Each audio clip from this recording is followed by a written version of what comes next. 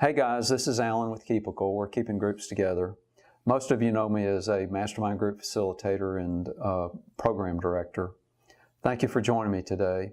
What I'd like to talk about is whether you should hold your Mastermind group members accountable or not. Actually, this is a second part to a two-part series. I like to break them down into little short snippets of stuff you can use real quick. And so in the last video, what I did was I talked about the argument about whether you should or shouldn't do it and how that might impact your group.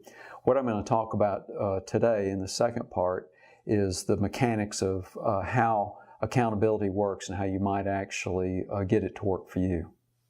So measurement is really important as part of the accountability process. Let me explain what I mean by that. So if a person gives a commitment, that commitment can't be vague like, I'll do better. A commitment needs to be achievable during the time period that they're given. Usually it's till the next meeting. Sometimes it might be this quarter of the year, with a sub-commitment for the month, say till the next meeting. It needs to be not only achievable, but realistic. Can it really be done? And time sensitive, what's the time period? So I'll just quickly mention this. You can go Google this, look this up. A SMART goal or SMART goals and objectives actually outline how this might work. And you can loosely apply this to whether a commitment is true or not.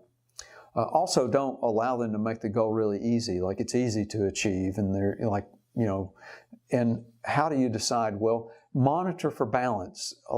Don't allow somebody to give a commitment that is just almost impossible, and don't allow somebody to give a commitment that is just easy to achieve. And enlist the help if you don't feel comfortable doing that yourself. I'm a strong believer in enlisting the group in this process. You can coach the group in a group environment on whether a particular commitment is truly achievable or too easy, and striking that balance in between. If you've got somebody that's continually missing their achievements, maybe they're setting it a little too high. If you've got somebody that's just knocking them out really easy, maybe you need to encourage them to move the bar up. The commitment itself, if say there's a commitment each month, your meetings are once a month, should align with their overall goal and objective. That member has got an overall goal for why they're in the meeting, what they're trying to achieve, and the objectives to reach that. You have goals and objectives for your members, right? That's really important. They need to set it. It's monitored. It can move for good logical reasons, but they should have it. Revisit the concept of SMART goals and objectives. So commitment is not necessarily an objective, but it needs to contribute towards that. I believe that it's less important that the member achieve the actual commitment as opposed to do they make some sort of real and meaningful effort. Do they keep mindful of this commitment that they've made throughout the time period between the two meetings? So if they come back and they say, on day 2, I was completely stonewalled, it just really didn't happen, that's okay. At least they put forth an effort, or they tried to get it done and it didn't happen. That's all right. They get a chance to reset, or they can kind of move that ball forward in a different way. So don't make it a positive or negative that they did or didn't achieve a goal.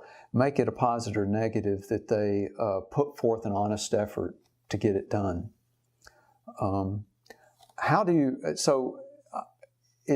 There's this phenomenon that I've seen take place in a lot of mastermind groups. It's really common, and if you're experienced, you can identify with this.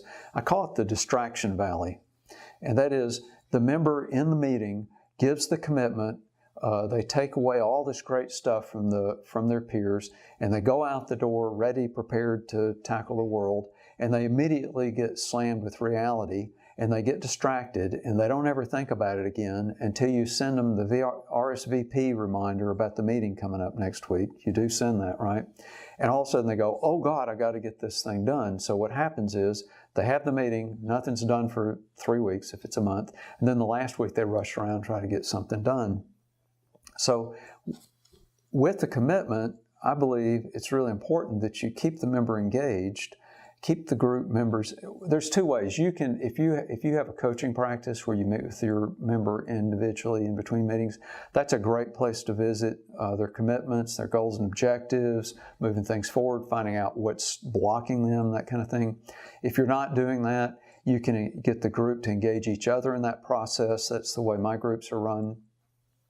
And a great way to do that is some sort of safe, private online forum where they can communicate with each other.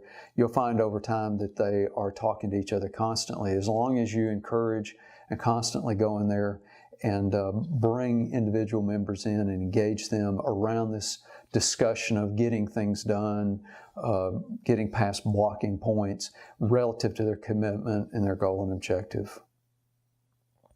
So another important thought is that the commitment, a good reason to have the commitment, is it shows the other members that that member treats their guidance, the time, and the feedback they received with respect.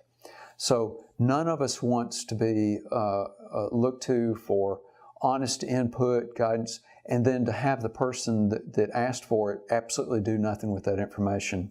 It makes us not want to give more feedback. But if the peers in the group sees the member take action and do something, then they feel validated and they want to repeat that process. So that's a great reason to ask people to give a commitment.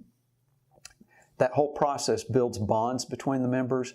When bonds are built between the members and a family-like environment is created, then you have a higher retention rate. If the bond is around moving the ball forward, then you're going to have a higher success rate. And a higher success rate means that your group will have longevity. You can earn your fees. I hope you're making some money off your group. That you should, because you're working hard to keep a good group together. Without that good, solid forward movement and family-like support group, your dropout rate will increase. So to sort of wrap up, do this on a regular repeating cycle. Tend to tie it to your meeting cycle. If you meet twice a year or once a quarter or once a month or once a week, try to tie it to that. If you meet once a week, you might have a monthly goal. Record whatever the commitment is at the meeting or at the time the commitment's given. Record it in a central place where it can be revisited. Track their commitment, how they're doing. Measure it. Keep up with how they're doing on the commitments. And visit it on a regular basis. It's not enough to just say, I'll do so-and-so, and then nobody really thinks about it again. Try to help the members stay on top of it. Don't ambush them at the next meeting and say, how did you do? And you get deer in the headlights. Understand that the focus needs to be more on the effort they're putting forth and making real meaningful progress. It's not about actually achieving the goal, although you don't want to tell them that. If you can, involve the group in helping you, give the mutual support so you don't have all the load on your shoulders. So guys, I hope you got something from today's video clip. I'd love to hear from you. Let me know if you've got any comments or anything you'd like to add. You can always reach me at keepical.com, and then also wherever you found this, if there's a comment section there, you can comment there and I'll be sure to monitor and give feedback.